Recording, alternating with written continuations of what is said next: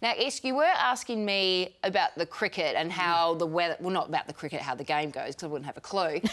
But in terms of how weather is sort of going to be playing a role in the test coming up, I mean, first of all, the English aren't going to get past day 3 anyway, so there's no point looking at day 4 or 5, let's be honest. Yes. But if we have a look at those first 3 days as to sort of what we're going to be looking like in terms of rainfall for Sydney, I guess the overall arching thing here is that we have to remember that we're in a La Nina weather pattern.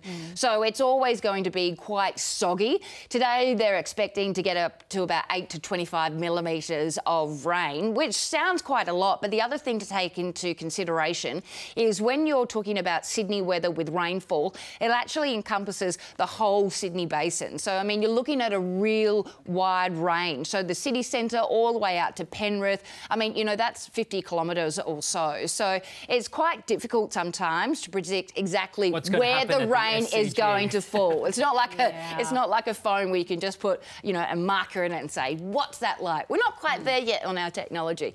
And then as you get to Friday, that's going to, or Thursday, that'll also ease back, you know, 4 to 10 millimetres or so, Friday 1 to 4.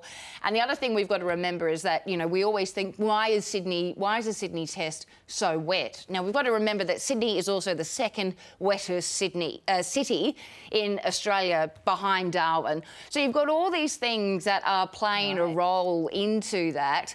I guess the good news is going to be that if there is a bit of rain on that pitch, it's not going to be dry and crack and have so much bounce to it. So obviously, if you lose the toss and you're sent into bat and you do have those conditions, that's not really going to bode well for you. But there could be some better news going forth for the Australians. So, and as opposed to Darwin, where all of the rain happens in a 3 or 4 month period, 2.5 metres of rain, Sydney's rain is a bit more sporadic. It could come in, out throughout the day, any time of day. Yeah, and it's quite uniform basically throughout the year. There's a lot of, you know, influences there that contribute to some of that. There's obviously like all the onshore flow that comes in and that brings a lot of moisture from the ocean there. So I guess when you're looking from, you know, a sporting perspective of how that plays out, there's just a lot of factors. So it's not as easy just to say, yep, it's going to be fine and the Aussies are going to be thinking, woohoo. Well, the English will be hoping for a lot of rain to get a draw or something like that, because they're trying to avoid a whitewash, a 5-0 loss.